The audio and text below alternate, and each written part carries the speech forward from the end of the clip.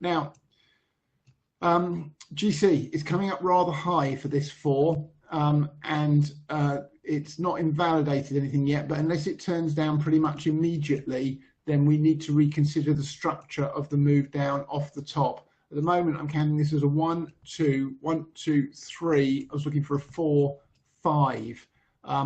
And that's still possible, but looking less likely. If we get a higher 4, then this whole structure, so you get a 1, 2, 3, 4, 5, that's the diagonal that Brian was referring to. I'm not mad about it because it means lower lows than the fibs that I'm looking at in GC.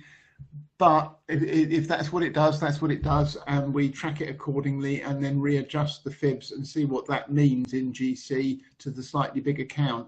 Doesn't mean anything in terms of next low should be the tradable low, but it may mean something in terms of what it is in terms of degree of fractal.